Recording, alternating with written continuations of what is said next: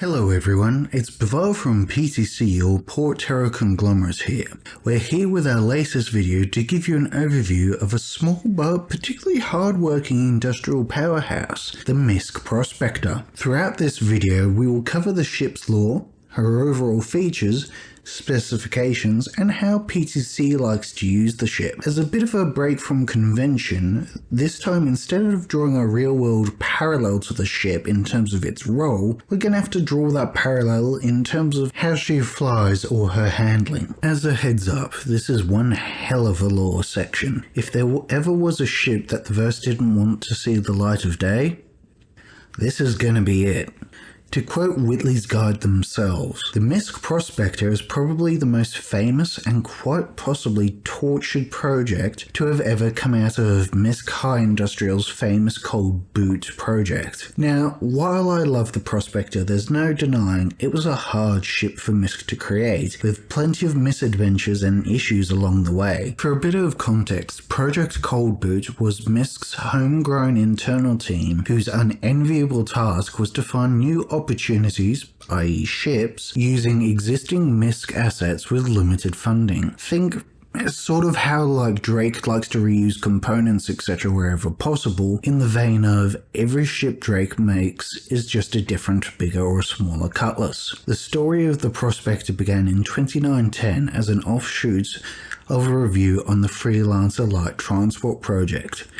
With this initiative already having some successes in modifying the base Freelancer for surveying and fire suppression, MISC was more than happy to look for additional unexpected low-hanging fruit. That being said, Project Cold Boot as a team didn't decide to start small this time, and with gritted teeth, MISC eventually had their arm twisted into allowing the Cold Boot team 3 brand new intact freelancers and 6 more that were partially assembled. Initial ideas from the Project Cold Boot team ranged from alternate fire suppression craft to that which had already been built, all the way up to combat drones. All up, they managed to spin out 300 proposed designs or variants using the Freelancer chassis before they boiled it down to the final 3. The Freeminder, a business-minded secure data transfer brain ship if you will, a la a souped-up Herald. The Observer, an armoured, military-focused space-to-ground reconnaissance platform. And the Miner, a dedicated mining platform which, if they were being honest to themselves, was internally considered, of the 3, the least likely to go forward. As for why, it was for a very simple reason. In 2910, it was simply the commonly held belief that if terrestrial and asteroid mining were to be done or undertaken, they could only be done so by the major corporations such as Shub and Interstellar. After all, the thinking at the time was, when a near 400 meter long Orion or mining platforms exist, how could an individual operator ever stand to compete or stand a chance in hell? It was a particularly risky move, creating a ship without a clear customer base, but not one without precedent it seems. MISC was walking in the footsteps of Robert Space Industries with their common man approach to ship sales for ships that had no proven audience. By 2914, the Cold Boot team's first 2 concept demonstrators had petered out. The main issues for these 2 failed concept demonstrators stemmed from the usage of the base Freelancer's hull. Due to size constraints, meaning insufficient shielding was available for the server blades needed for the Freeminder project, that one petered out, and the Observer ran afoul of budgetary constraints, having its funding pulled despite proving space-worthy in simulations and the team working on a transparent nose to assist the reconnaissance sensors. Although, to be fair, the Observer did technically see the light of day, albeit as an incomplete prototype that was on display at MISC's Los Arenas laboratory for a few years before it was scrapped. Whilst the Miner had managed to get as far as the physical prototype stage, its odds of survival weren't great, largely due to the mining gear. The cost of custom manufacturing a mining head for a ship retroactively designated the Prospector Proof of Concept Demonstrator A1 was prohibitive, to put it politely, and the team was ultimately forced to go for a bastardized duct tape on off-the-shelf solution for what was an already unpleasant and ungainly beast.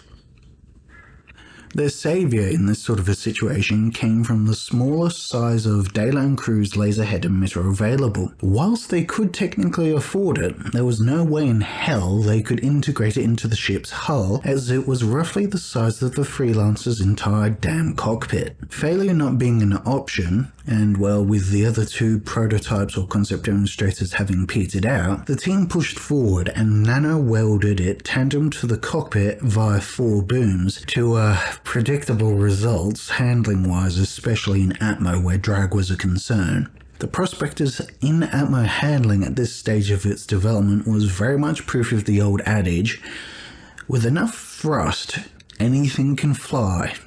Maybe not well or safely, but it could fly.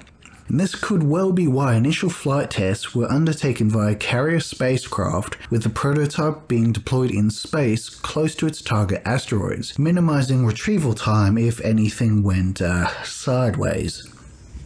What the Prospector lacked in looks, speed, ability to defend itself, or handling, it mercifully made up for in functionality. Over 26 test flights, the A1 ticked all the right boxes for the program to survive. These boxes being that the Freelancer's stock drive was capable of powering the ship, the hull, with modification, could handle ore and other material loading in flight, and that, admittedly with a whole load of practice, a trained pilot could undertake delicate, high-value mining operations using the ship's thrusters to maintain position even under moderately adverse conditions. The baseline being established, the prototype program took 4 of the remaining Freelancer chassis and converted them into increasingly refined or advanced demonstrators, designated the A2, the A3, and the B1. Once the Cold Boot team had hit space trials for the final demonstrator, the B1, the mining attachment was mounted in a decidedly less ghetto manner and had been integrated into a large sheath beneath the cockpit. This drastically improved the ship's handling and meant that it could now undertake the sort of especially delicate mining maneuvers for which larger mining ships had to deploy specialized surface mining craft.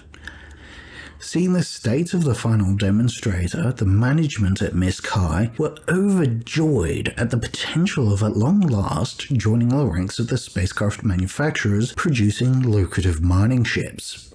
They were also hopeful about creating a new market for independent mining crews, with the extra lucrative possibility of them leasing these ships at very positive rates of return.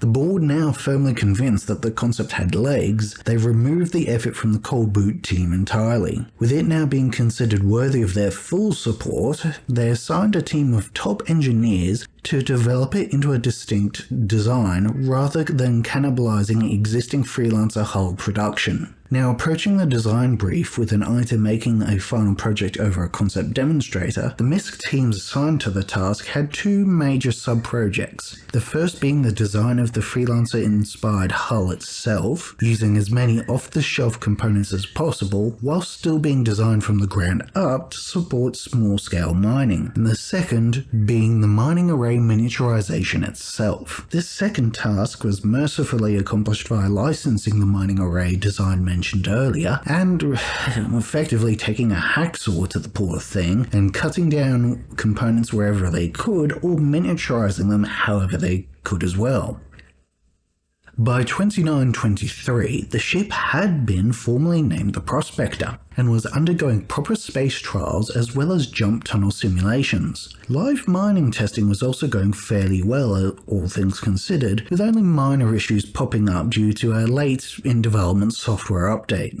The hull itself was ready to rock and roll about 6 months before the drill was. As such, the initial test flights focused on the ship's handling and had to use added mass, or ballast if you will, to act as a mock or substitute mining array, just to get the mass right for handling. Later that year, the new mining assembly, much to everyone's relief considering the tortured history so far of the project, neatly slotted into the Prospector and immediately hummed to life. MISC unveiled the Prospector in a special preview showing at the 2924 IAE. The crowd was less than receptive, and if we're being honest here, that's being polite.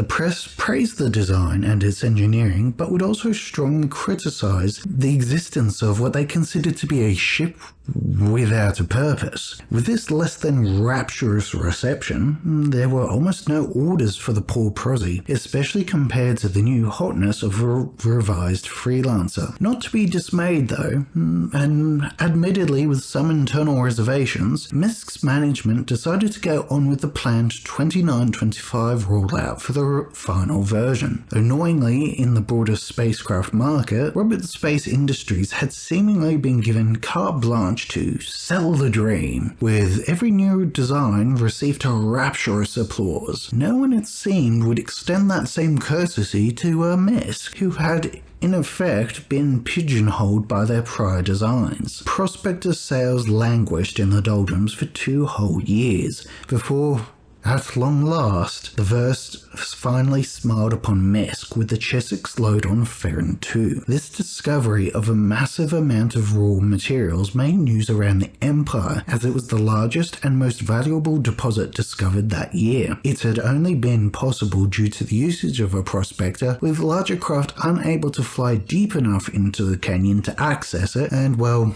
deep enough into a bad enough canyon, and the dedicated ground craft weren't able to access it either. The proverbial cherry on top was the fact that it wasn't Shubin Interstellar or another titan of industry that made the discovery, but rather a lone citizen out on their own called Chloe Raznick. Chloe's only real claim to fame prior to this was the fact that she owned one of the very first 2925 prospectors to roll off of the assembly line, and had purchased large amounts of land on Ferron 2 so as to recover unexploded ordnance or radioactive debris. During the process of surveying one of her lots, she navigated her prospector into a particularly deep chasm, and well, the rest was history, both for her and for MISC's fortunes with the until now much maligned prospector. The explosive success led to MISC repeatedly updating the prosy, with the 2929 and 2938 iterations being particularly significant. The 2947 version was another major update, with a completely revised mining array and ore storage system. Now, when it comes to the ship's specifications and features, she's pretty much size 1 across the board, with all her components aside from the QT drive and the shields being doubled up. She's 26.5 meters long, 16.5 meters wide, and 8 meters tall. She's got a SCM speed of 150 meters a second and a max speed of 1155. In terms of her weapons, she's packing dual size 1, so nothing particularly exciting there, and she's also got the standard amount of countermeasures, etc. Unsurprisingly, in terms of her special features, the mining laser features fairly prominently, as it's mounted on an adjustable retractable arm which has a size 1 mining laser hardpoint that can mount up to 3 modules to augment its capabilities, be they passive or active. She has a dedicated mineralogical scanner and living quarters. Basically a bunk with bathing/bathroom amenities and a small kitchenette. It's not the Ritz, but it'll do. She also has detachable cargo containers, or, all collection bags, shall we say. 4 are actively used at any time, with 2 more sets of 4 that are collapsed up and queued up for subsequent use as the prior set is filled. Spread across these 4 bags is her total cargo capacity of 32 SU per set of 4 bags. In terms of her flight performance, to put it mildly, the Prospector's handling hasn't hugely improved from her reported handling during the concept demonstration phase. Whilst responsive at low speeds, more or less, she does struggle to come to a halt when in VTOL and drops rapidly in altitude should the ship's hull deviate more than 40 degrees below the horizon in any direction. You'll also find she struggles when trying to station keep in stormy weather, with the maneuvering thrusters and the ship's mass proving no match for extreme winds. To sort of summarize it, she flies more or less how you'd imagine a conventional, real-world, heavily loaded large cargo helicopter would fly. As for her recommended tactics, well, much to no one's surprise, if you get bounced in a prospector, you are pretty much boned, aside from trying to run or negotiating. That being said, Prospector, like the Vulture, isn't entirely defenseless if you mine or salvage smart. Your best bet is to stay off the beaten path and avoid the known meta areas, or engaging in your chosen industrial activity near QTable areas like outposts, etc., or Lagrange points. After all, the best fight to have in a Prospector or a Vulture is the one that you avoid in the first place. In terms of her QT, she's got the pretty much bog standard amount of less than 600 litres, though with the right drive that's more than sufficient to see you across the system. As for her claim times, you'll find her standard is 9 minutes, expedited is 2 minutes, and the expedited cost is about 3000 UEC. When it comes to the MISC Prospector, PTC likes to employ as light mining craft or scout craft during our mining runs, typically paired with another Prospector and a mole. In this sort of a setup, the Prospectors are rapidly able to search the area for mineral deposits, the Prospectors taking care of any deposits that aren't worth the mole's time, especially when we're looking at quant, and pointing at the larger deposits for the mole to focus on. As for her real-world equivalent, we decided to go with the Bell UH-1H's firefighting Huey, based on how the Prospector handles, as there really wasn't a readily available equivalent in terms of her industrial role. In terms of their shared handling quirks, the Hueys have similar lean issues due to the dual-bladed main rotors and their anti-torque tail rotors being rather unforgiving when you push the envelope in terms of their respective lifting air columns. This handling's quirk in the firefighter's case is not only due to the blade assembly and how the helicopters inherently fly, but also due to the extra mass of the firefighting equipment attached to the aircraft. This is pretty much what had us linking it as the Prospector's equivalent, due to her mining assembly and ore bags being mounted to the bottom of the craft. I hope you all enjoyed this video on the Prospector and her genuinely surprising lore. I think in comparison to all of the other videos I've done, this would have to have been the most winding and unconventional path for a ship to have been made. Perhaps more direct than the Vulture, but at least the Vulture had an easier time of it coming to market. This is Bavar from PTC, signing off.